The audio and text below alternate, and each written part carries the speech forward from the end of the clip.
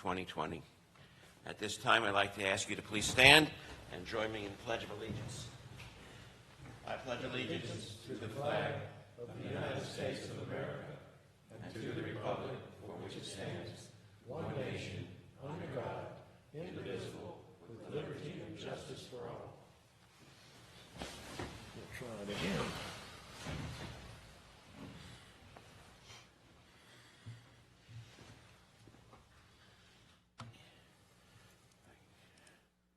Get my screen to open.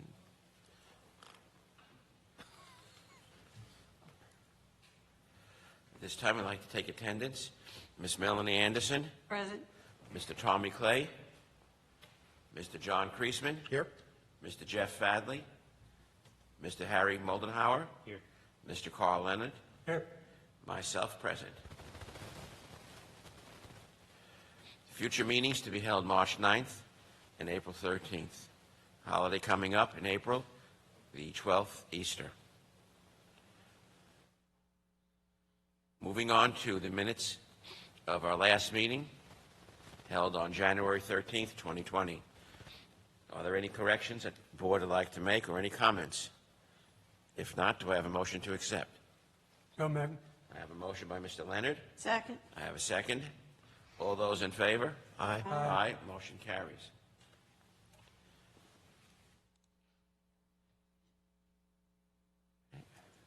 Moving on to item number 3, our consent agenda. Does any one of the board members wish to pull any of the items at this time? Mr. Chair, I'd like to pull item 10. Yes, sir. Item 10, invoices from Go Underground Utilities. Anybody else? Okay. Approve the consent agenda. All those in favor? Aye. Opposed? Motion carries.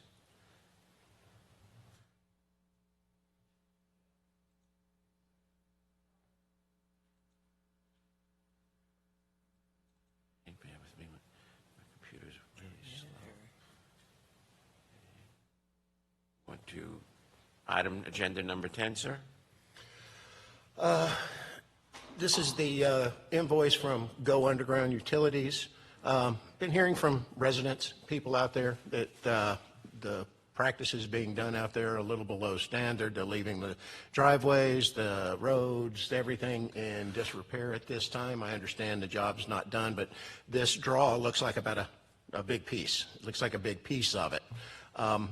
Just want to make sure that we are doing our due diligence to make the residents happy out there. If not, we might need to consider holding back some on the final draw when that comes down the road, if they leave the place like they did the last one where we had to go in and repair some asphalt. So I just want to make sure that they're doing the right thing. They're cleaning up after themselves now.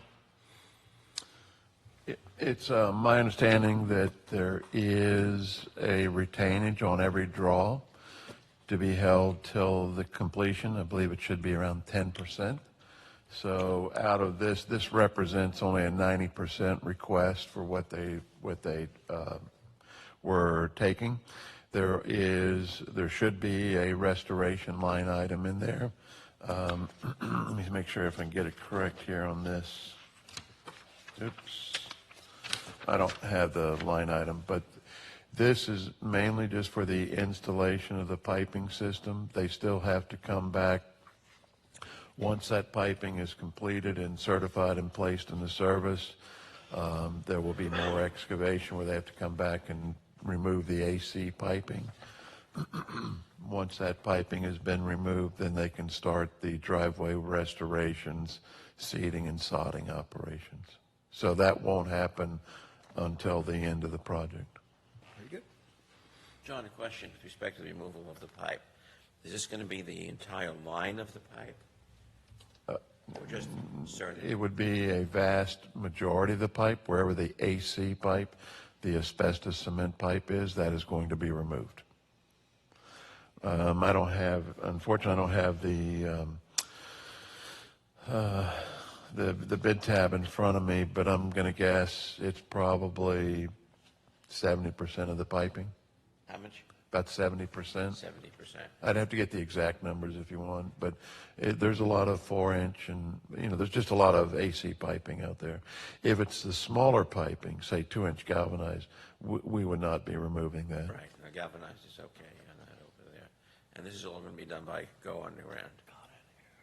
The AC pipe removal will be done by a subconsultant under Go Underground as the prime contractor.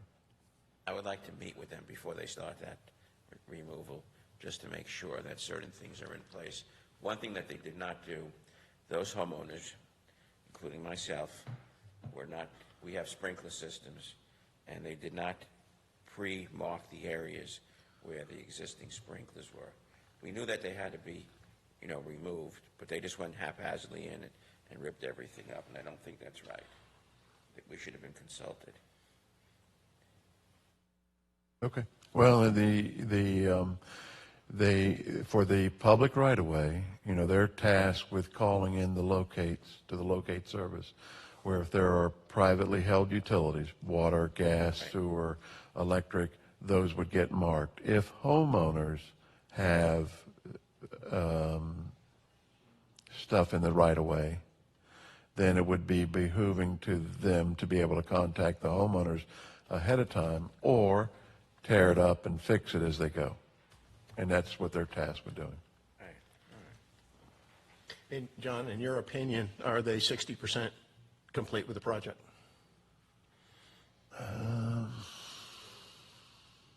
I would have to say yes, in the sense that the piping is in the ground. The question on the percentage is, what percentage do you put on the pressure testing, leakage testing, waiting for the certification, and then placing it into service? And if that's the last step and that happens shortly, then for all intents and purposes, the new piping system is working. The wild card here is because they have to go back in and dig up and remove the AC pipe, they can't do the restoration work until that work is done. And that's going to be a lot of work effort, for sure. It's just a big number they're asking for this time, and I'm just making sure that it's justifiable. Well, understand this, the way that these applications come in, they come in and they say they want X amount of feet or so many valves or so many fittings. Not only does the engineer of record review those quantities, but our own staff review the quantities.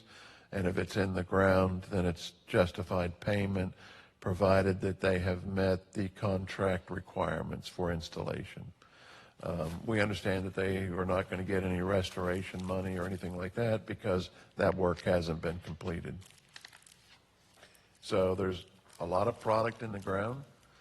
A lot of labor went into it. Certainly there's some restoration going on, like street sweeping and things of that nature. But much of the restoration has not been done yet. Okay. All right. If there's nothing further, moving on to item. Mr. Chairman, we're going to have a motion to approve payment. Oh, We are, because I opened it up? Okay, well, I'll make a motion that let me go back to that. I've already closed that page. Item number 10. Item number 10, make a motion, we approve the invoice in the amount of $253,038.60 to Go Underground Utilities. I have a motion to make a payment. Do I have a second? Second. Is there any further discussion? All those in favor? Aye. Opposed? Motion carries. Moving on to item agenda number 12. Mr. Chairman and board members, you have in your package, this is a follow-up of the presentation done by Reftelis at our last meeting by Mr. Murray Hamilton. We won't go through that whole presentation again, but it was left that the board had time to look at the presentation, think about it, discuss it as to whether or not the projected rate adjustments that were in that package were warranted, and if so, give staff direction to move forward with the public hearing, public notices for a rate adjustment at the March 9th OUA board meeting. Up for discussion, as presented by Rotellus, was a 2% across the board increase to the water and wastewater rates, subject to April of 2020.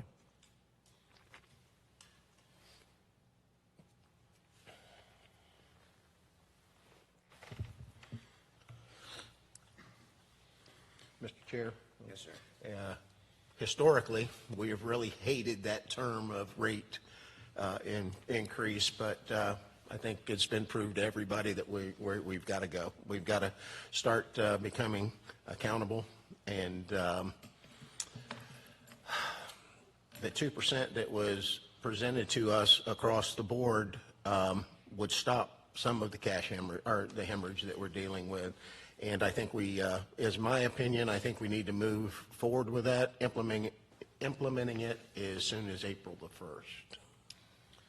1st. And clearly, as a backstop to that, where that reference came from, just to remind the board, we have been pulling out of reserves for the last few years to meet some of our capital improvements. And we're to this point now where those reserves, be it the CIP fund, rate stabilization fund, those funds are drawing near to on E, if you will. And so what was driving this was where we had followed previous board direction to look at these rate increases on a regular basis as a backstop to the maintenance procedures. We wanted to utilize this review by our rate consultant to confirm those numbers from an outside source, and what you got presented to you in January showed that same exact result, that there was, based upon their evaluation, these rate increases that should be considered as step increases over the coming time period. Yes, I agree that it's easier to go ahead and do a little bit every time than hit our ratepayers with 5 or 6% at one time. They don't deserve that sticker shock. So that's my opinion, board member. I agree with it. We learned from the history when we tried, Yeah. we were first on, Melanie, not myself, that we wanted to save, the rate payers, but it caught up with us, and unfortunately, we had to have a very extensive increase. So is staff recommending that we move forward with the increase under discussion at this time? Yes, sir. I mean, we for planning purposes, because of the public notices and getting ready for the public hearing, we would require board direction that they would consider this increase at the March 9th board meeting, and certainly that would be our recommendation. Do I have a motion to accept a 2% increase? I don't think anybody wants to do this, but I will. I'll bite the bullet. Make a motion that we implement the 2% across the board rate increase effective April the 1st after the public hearing. What you're doing, you're recommending that the board hold a public hearing to consider rate increases at the March meeting. Okay, what Tom said would be the first step, yes. Do I have a second? I'll second it. I have a second by Mr. Lindsay. Any further discussion?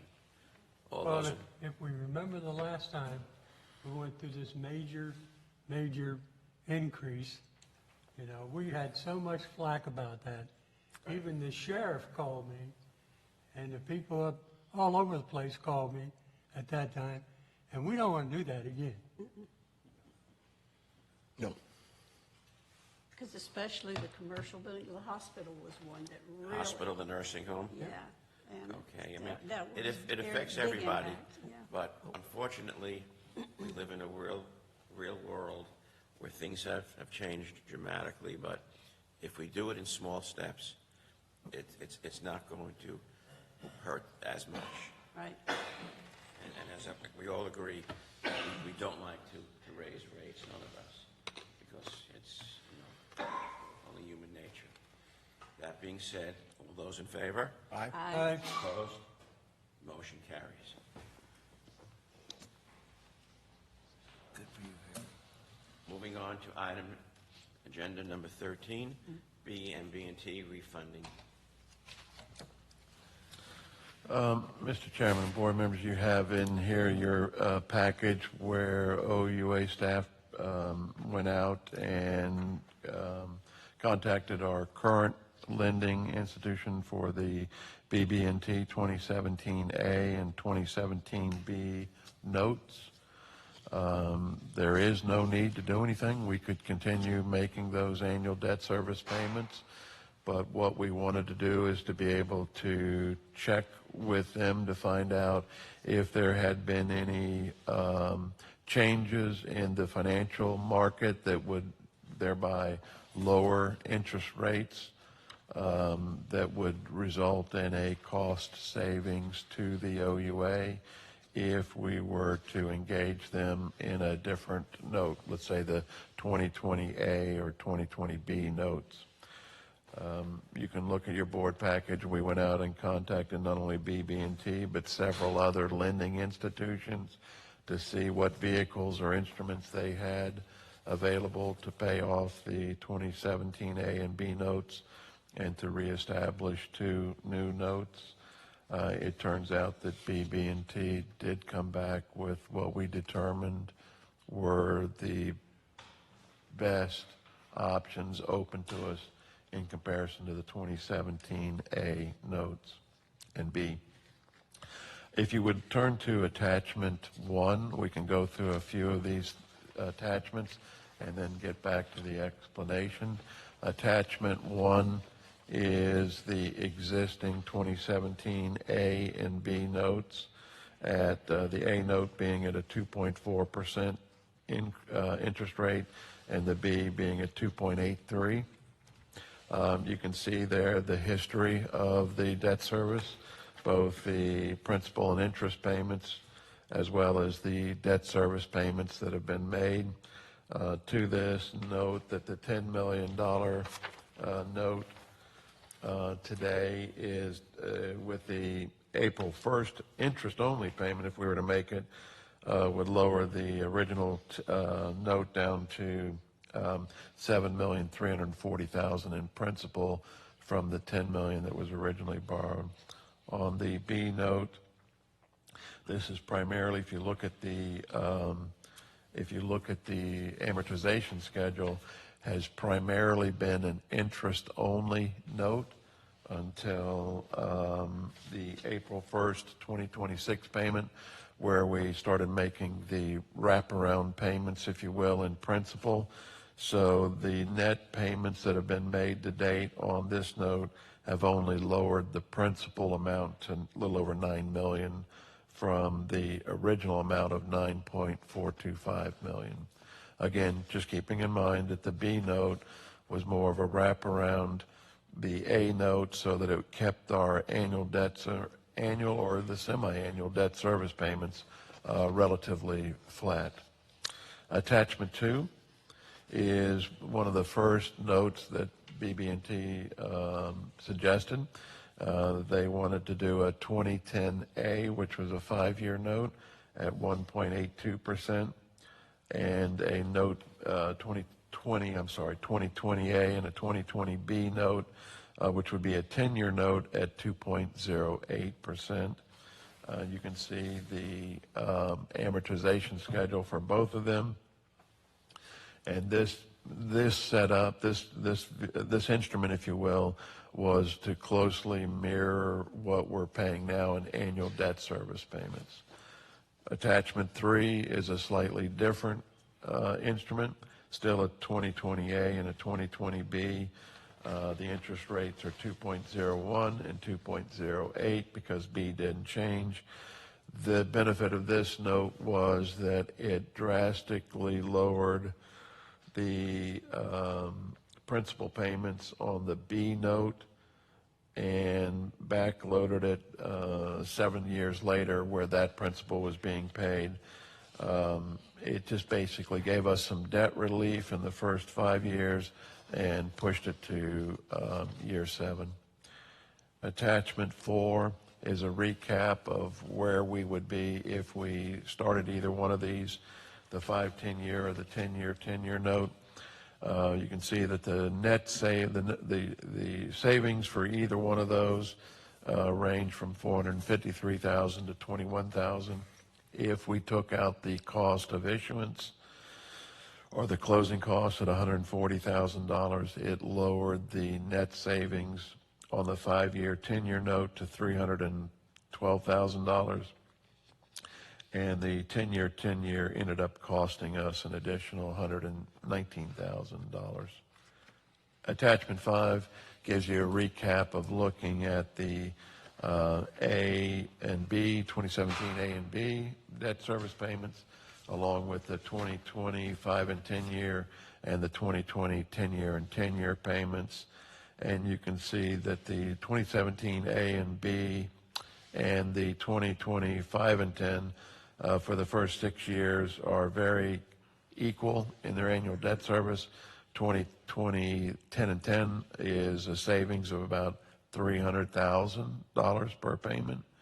And then in the last 5 years, you see the difference between the 2017 A and B and 2020 5-10 payments versus the 2020 10 and 10 payments when you make up the difference. So going back to that, clearly there is a savings if we go to the new 2020 5 and 10-year loan instrument. There is the added benefit, keeping in mind that the BB&T notes are different than the SRF notes that we have. The SRF notes, if we wanted to make some early prepayments, we could at any amount.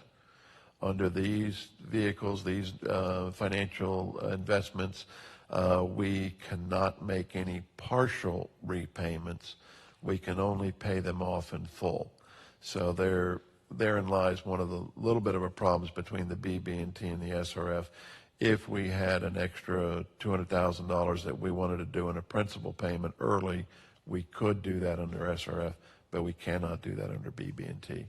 BB&T is only to pay them off in full when we're making that payment.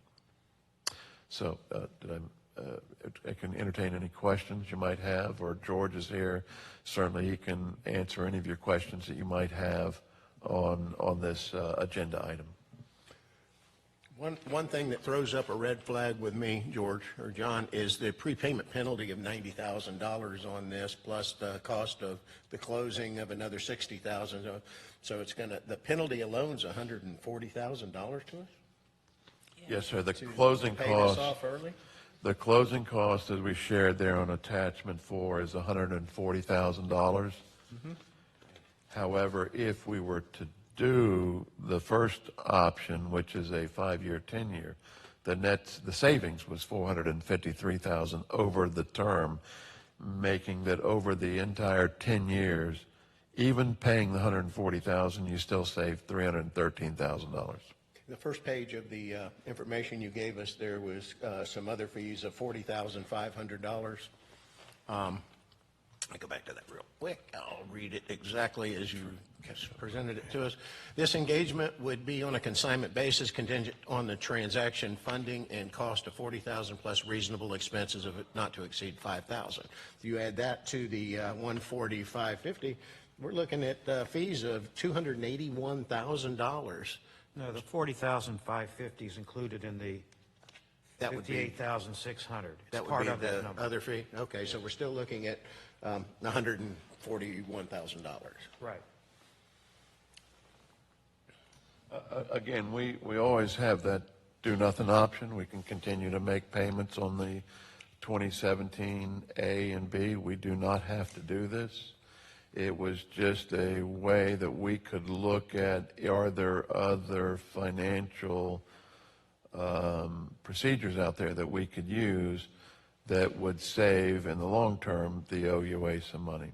And so again, even paying these closing costs, if you want to call them that, $140,000 over the course of the payback, we would still save that $300,000. And for the record, I mean, I would say if we look at any of them, it would be the 5 and 10 year plan, not the 10 and 10 year, the 10 and 10 plan. Because from a budgetary standpoint, in my opinion, that would be pretty tough, going from $500,000 a year annual debt service to $1.2 million in year 7. You said we have to pay off the notes. We couldn't pay down the principal. And the notes together under the 5-10-year plan is $18,403,241. Do we have that capital to do that? Pull your wallet out, Jeff. The short answer is no, sir. I mean, again, with the SRF, when we ended up having some additional revenue from whatever the sources were, we were able to make partial payments to where we could get pay down on SRF 3 and 2. But they did accept partial payments, so we did not have to pay it in full. So if you look at any one of these attachments,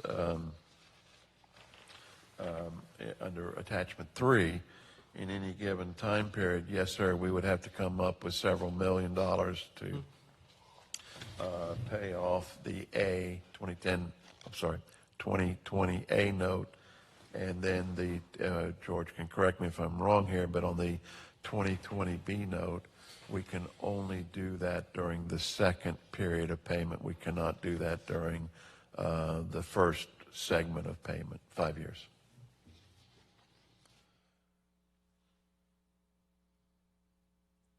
What are your thoughts, guys? I don't think it's worth it. I don't think it's worth it. John, can I clarify, or Steve? Go ahead. The reason this is in front of you is because it significantly reduces our interest expense. So if you compare where we're at now to where we could be, if you accepted this proposal, we will have a reduction in annual interest expense, which translates to a reduction in annual debt service. So it's, over 10 years, it's an advantage of $313,000. Immediately, it's an advantage of $650,000. And with the numerous projects we have going on, that would provide us some additional financial flexibility, because otherwise, we have most of our money budgeted or appropriated. And again, just to clear, the 650 he's talking about, if you would look on attachment 3, if you look under the 4/1/2020 line item, there is no debt payment there on the principal, and that's where you get the $650,000, which is then going to be distributed through the next 10 years worth of 5 or 10 years worth of payments. On attachment 1, you can look in the 1, 2, 3, 4th column where it says $88,080. That represents just the interest payment on that unpaid balance, on that principal. So we would make the interest payment, but we would not be making the principal payment for this coming April's payment. So there is that cash flow benefit that gets deferred over the next 5 to 10 years.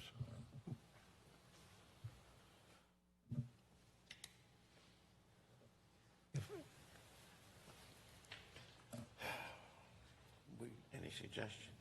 No, we got caught up paying down debt a few years ago, and it came around to using up a lot of our reserves. And I know this isn't paying down debt, it's spreading it out where it's taking a lot off the back end of it for $300,000 off the back end. And it sounds awfully attractive, but we got a lot of capital improvement projects going on right now, and that kind of concerns me.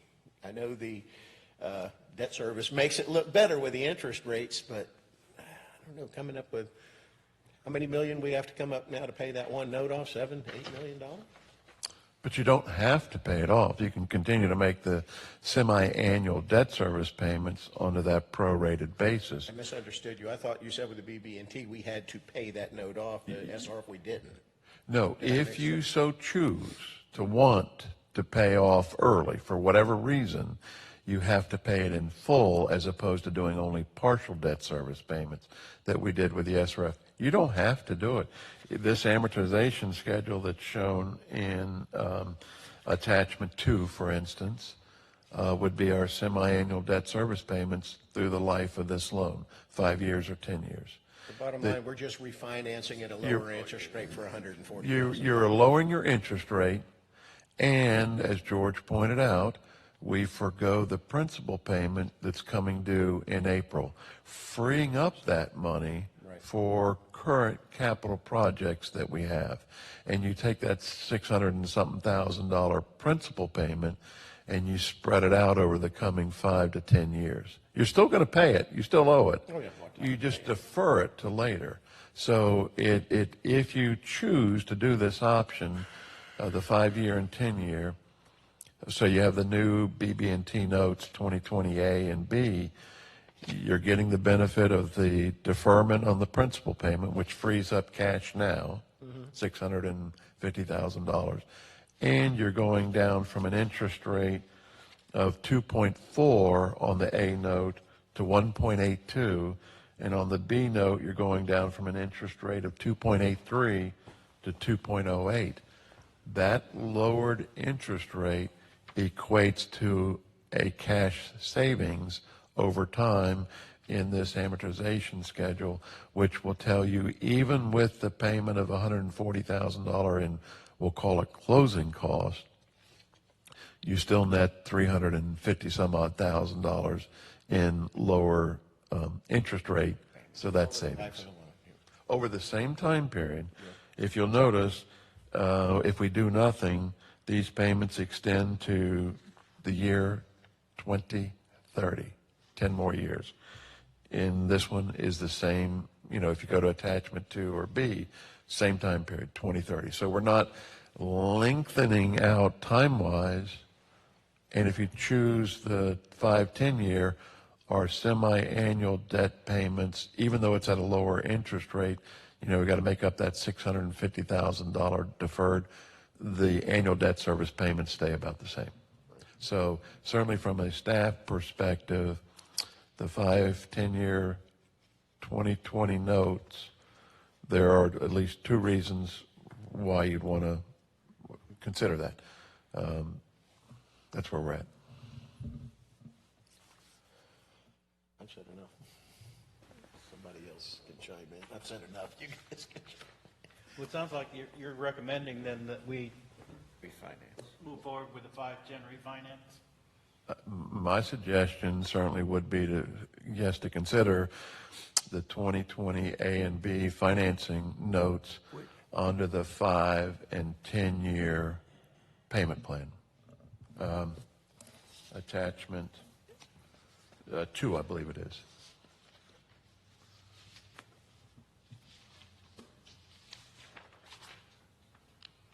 Yes, I have a question. We're considering a rate increase. What is the anticipated revenue that's going to result from any rate increase? 100,000. A 1% increase currently equates to $99,000 additional revenue.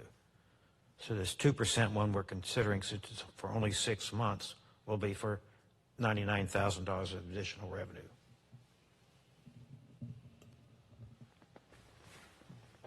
Do you anticipate capital costs needing, that would require this foregoing these principal payments on the existing loans? In other words, if you don't have to make the principal, you don't have to make the payments that are coming due on the existing loans, is there a need for those funds? Yes, we have a lot of CIP projects in the work currently, plus we have over $1 million in the budget for capital improvement projects currently. So Well, let me put it another way. Do you anticipate there be capital needs where we would have to borrow additional funds that we're not having to pay if we don't have to pay that principal payment? Short answer, yes. Because of the Southwest project, we're already going to be filing a loan grant for the collection portion of that project.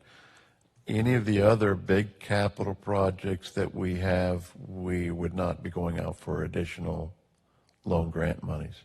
But anything associated with the current collection system with the second project, if you will, for the Southwest is going to be a loan grant. Okay, if the refinancing is done, whether it's A or B, Will that facilitate the additional borrowing that we're going to have to make in order to make the Southwest come into fruition?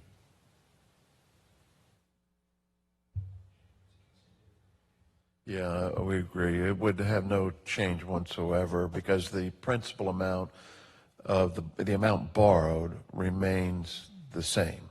Then if I'm hearing you, if we do the refinancing, whichever one option is done, that could reduce the amount of the additional borrowing that would be necessary?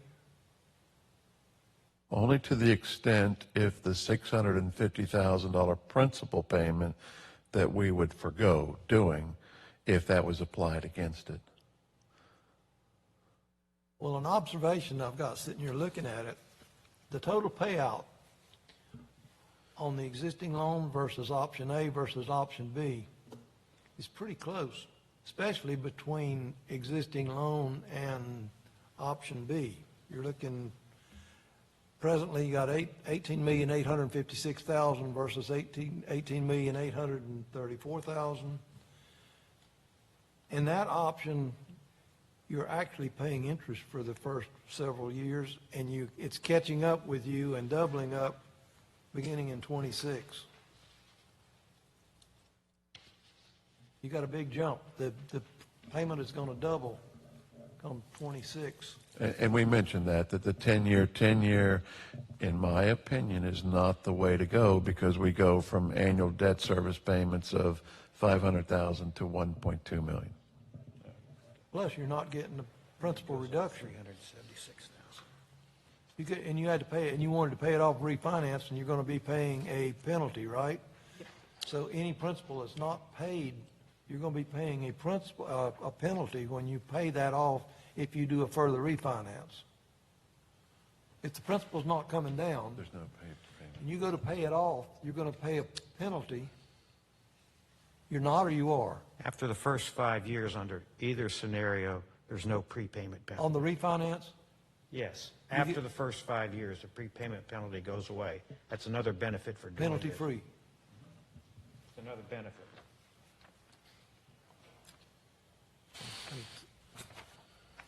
I'm just giving you an observation looking at it.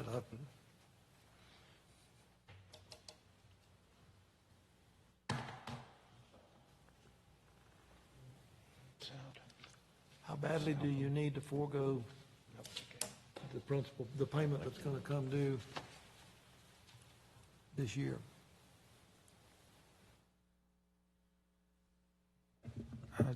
Chairman, Really what it boils down this is to. in front of you because we think it's beneficial to OUA. Because we get the lower interest rate, which lowers our expenses. We get, if you take option A, which is 5 and 10, there is no prepayment penalty on the A note. If you take option B, there's no prepayment penalty after 5 years on either note.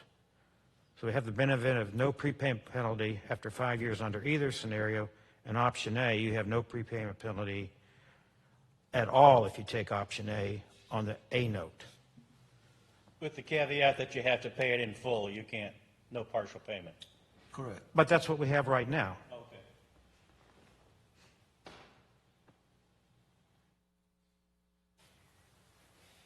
Well, it seems if we're saving $300,000 and freeing up over $500,000 at this point for current projects,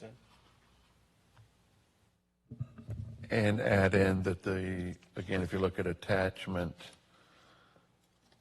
5, the first two columns, if you're going with the 5-year and 10-year versus the 2017A, the semi-annual debt service payments are essentially the same.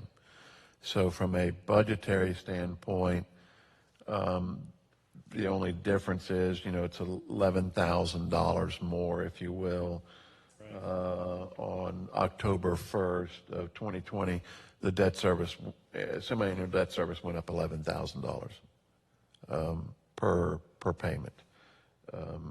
But still, the net effect is, if you go down at the end of that, is the total savings, not considering the closing costs, is $453,000. If you throw in the $140,000 of what it cost us to do these two notes, it's $312,000 you will net in savings over the next 10 years.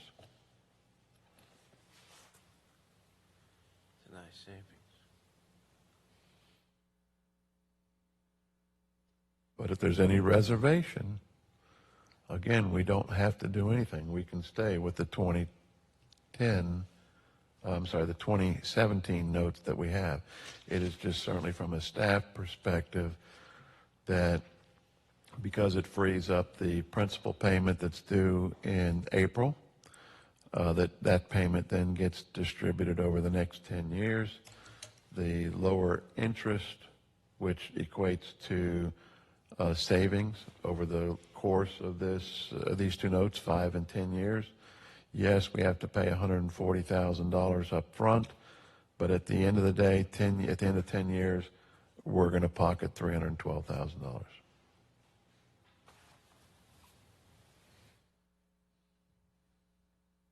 The board's pleasure.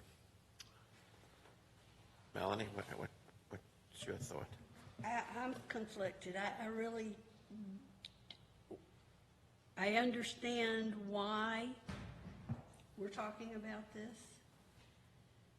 but I just can't get my head around it. I just don't, no, I'm not for it. Everything is right now, but we've got 10 years to go through this thing. We're netting actually $30,000 a year. Right. Is all we're netting for 10 years. If we go with this and do the 312,000, we're saving. That's just my opinion. If the board feels, the other three, you feel like this is the thing to do, then I'll go along with you, but I don't. If it's any consolation, remember we started with these at 2010, and in years 2017, we essentially did the same thing as I far as understand that. restructuring. And so that's the only reason why we thought we would bring it back to the board is there something out there that we could look at that would help us financially to lower the debt service? Well, we didn't find anything because we still owe these annual debt service payments of approximately $800,000, almost $900,000 per payment. So we didn't do anything with that, other than if you wanted to go with the 1010. That does lower the annual debt, but we pay for it on the back end. And again, that's kind of dramatic when you go from a almost $600,000 debt service payment to $1.2 million. So it's a lot of money. But I'm for saving money. I really am, but I'm not comfortable with what I'm seeing. And I applaud you for going out and checking to see what was out there. But that's my feeling.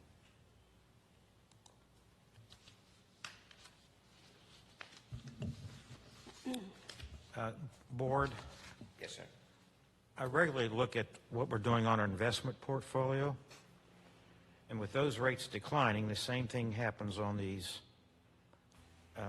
debt, because the debt's tied basically to the 10-year Treasury note. So with rates declining, the climate was such that interest rates would be lower now. You know, a year from now, 2 years from now, that's probably not going to be the case.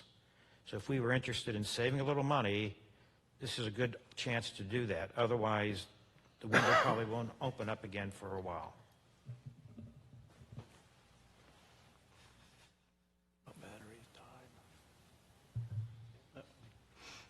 Harry, your opinion?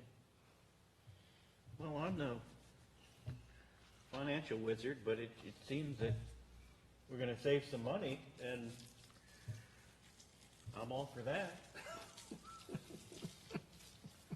And also, it doesn't appear to put any significant burden on us, and in the future for the capital that we're going to free up at this point. And it's recommended by staff. John?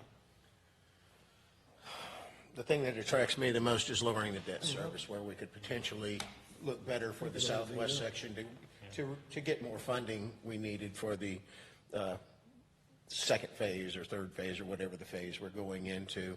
And that's what's pushing me to the edge of supporting it. If we weren't going to be getting a better debt service, I wouldn't be on board with it, but I kind of am, because we're going to need some funds we've committed ourselves to this and we've got to go. And if it can help us in any way, generate some income or get us a loan, SRF or whatever, I think I'm going to have to support or concur with staff. Which one? Which one? The 10-10 or whatever. 5-10. 5-10, yeah. Even though it does kind of grate me a little bit, but saving money is good, but the debt service is what I like. Carl? I agree. It chased me to extend this thing out.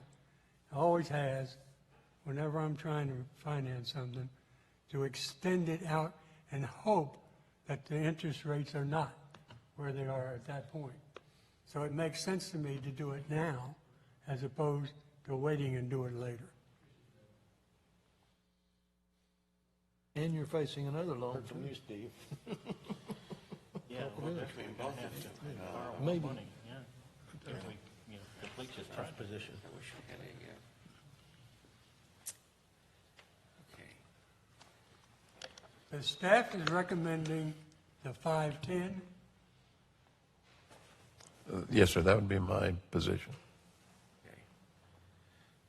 Do I have a motion at this time to accept staff's recommendation of the 5 to 10 proposal? I will make the motion under protest. Under protest. Yes, I made the motion. Motion by Melanie. I will second and appreciate her protest. Is there any further discussion? Oh, I hope not. At this time, all those in favor? Aye. With the exception of Melanie noted. All those opposed? Motion carries. Okay.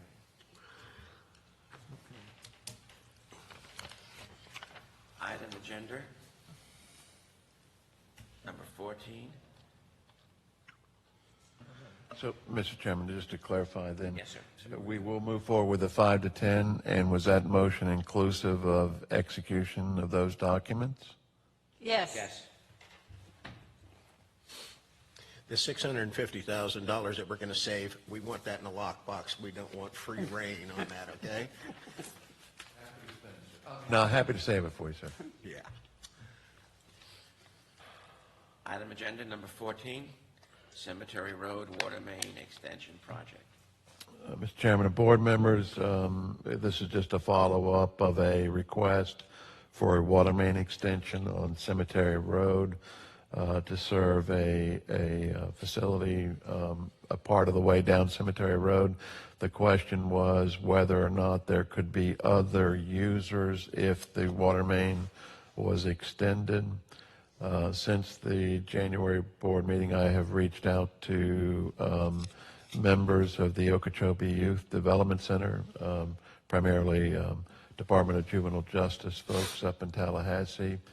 And while they did not get a written commitment, if you will, that they would be interested, verbally they said it sounded good, but obviously before they could commit, they wanted to have some idea of who was funding what. As far as with the extension of the water main, we sent out 162 letters to residential lot owners in the Arbar Estates area. We've only heard back from a few. As of this morning, we've heard back from 65 of the 162 that we sent out, with 48 as no, 17 as yes.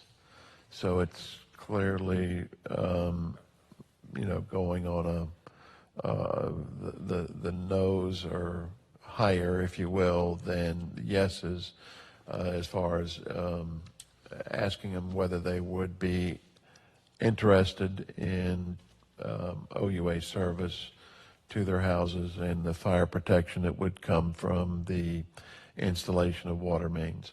There was, while the cost to connect was identified, $800 and I think it was $78 or so of capital connection charges. There was no real mention that that's what they would end up paying, and there was no mention of the construction cost to be able to get the water main to their neighborhood. It was just a request that if you had water available, would you be interested in connecting in? And so that's where we're at the 48 and 17, 65. So it's not looking like that would be a favorable request by those residents, but we're still back to the DJJ, which was positive, and of course the More to Life Church, whether that was an 8-inch or 12-inch water main extension. So hopefully by the time we get back at the next meeting, we'll have some definitive answer from DJJ, our Bar Estates, and the More to Life Church. Mr. Chair. Yes, sir. John, with the location of our bar, proximity to the Taylor Creek tributary that goes into the lake, down the road, we might want to consider septic to sewer conversion there. Don't we have to have water prior to that? There's some funding mechanisms, I understand, potential funding mechanisms out there that could help us with that area. Whoops, sorry. But wouldn't water have to be?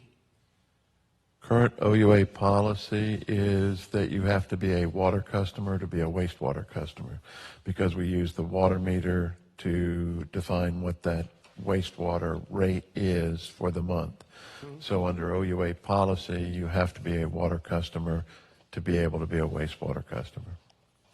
So they could do that now, and if we come down the road where we do need to do the septic to sewer transfer over, they do one now, one later. They would have the one, or they would have to absorb the whole burden at once. We could do it both. If you remember, the Pine Ridge Park that we approved recently is going to be both for water and wastewater in one project, the 80 new customers. So we have done it both ways, where they were water customers to begin with and then later became wastewater customers. And then most recently, it's water and sewer going in. If it was a new developer, Eagle Point comes to mind. That was water and sewer all at once under a new development, not an existing. So we've had them both ways. Okay. I'm just thinking down the road, if that happens with the sewer to septic, we need to have water out there, and they could do that now. Yes, sir. Did the DJJ you're talking about, is that the boys' school and the girls' prison? Correct. Yes, sir.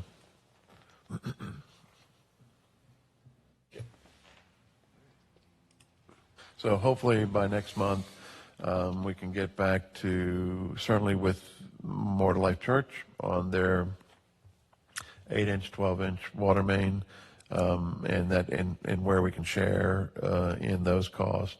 Hopefully we have an answer, at least from the Okeechobee Youth Development Center, with the understanding that even if that did come through because of the funding choices we would be after, that segment of the piping would have to be done after the church, because it's my understanding the church is looking to go to construction fairly quick. So we may have to do that piping in two different projects.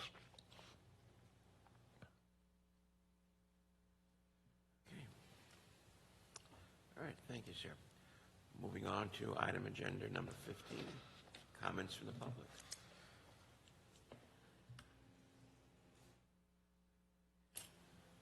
If there is none, from our attorney. Nothing new. John? Did you take depositions? Did you take depositions? We took it. We're trying to get ready to go to trial. No. Okay, agenda item 17. You'll have in your board package just some updates of some pending projects that we have going on. Southwest section is moving on. We were able to at least get approvals for the sale of the property to the OUA.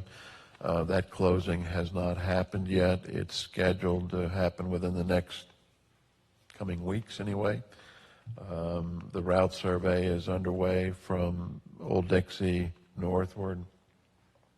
And of course, we're moving forward with the USDA loan grant applications.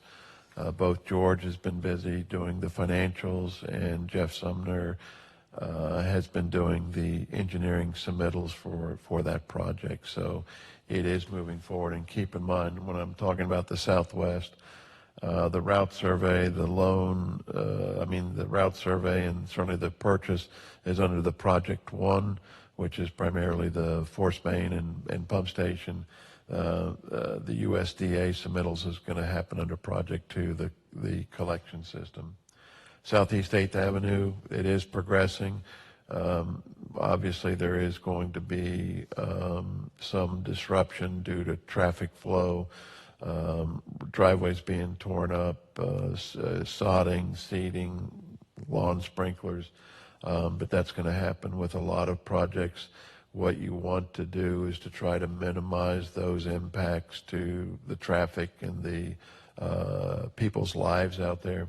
But there is going to be some disruption. What we want to make sure is that as the project starts to wind down, and we need closing documents, whether that's release from liens, certifications, that we stay on top of that with the engineer record and certainly the OUA service folks out there to make sure that that does happen. Pine Ridge Park, engineering RFP is out on the streets right now.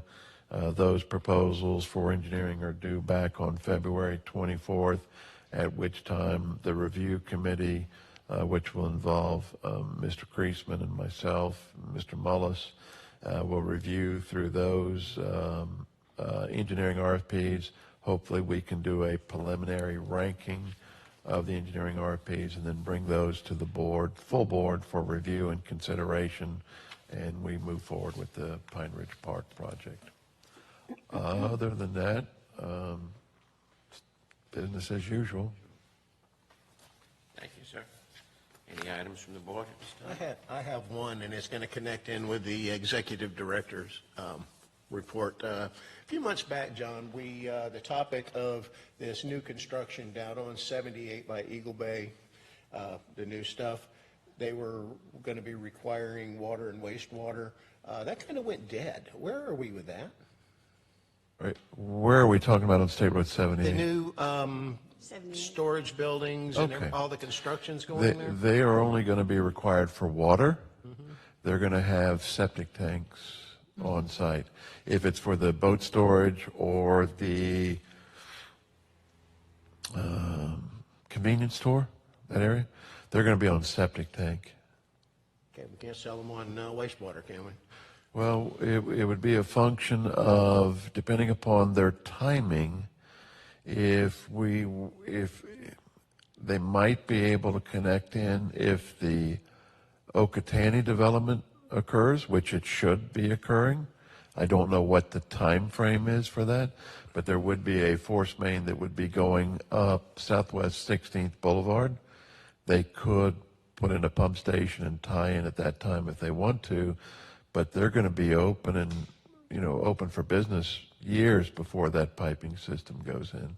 So they would have to pump it up to Palm Village Ranch areas, the closest that we have a collection system. I thought that was an option that we had. Well, it's an option, but it would be up to the owner as to whether they want to do it. And the plans I have seen show that they are putting in a septic tank and drain field. Well, that was an update. I was wondering where we were with that. I know we're diligently working on the septic to sewer transfer. Now we're putting septic tanks back in by the levee. Well, we're putting in some septic tanks, yes, sir, but that's only because there is not existing infrastructure in the immediate vicinity. Now, if the OUA board, I'm sure if we wanted to pay for a force main, they could probably put in a pump station instead of a septic tank, but that has not been an option that was open for discussion, to my knowledge. And their flows aren't large enough to justify that. Okay. Yeah. Thank you. I just hadn't heard anything about it in a while. I just wanted to revisit it. That's all I have. All right, there's nothing else. Meeting adjourned.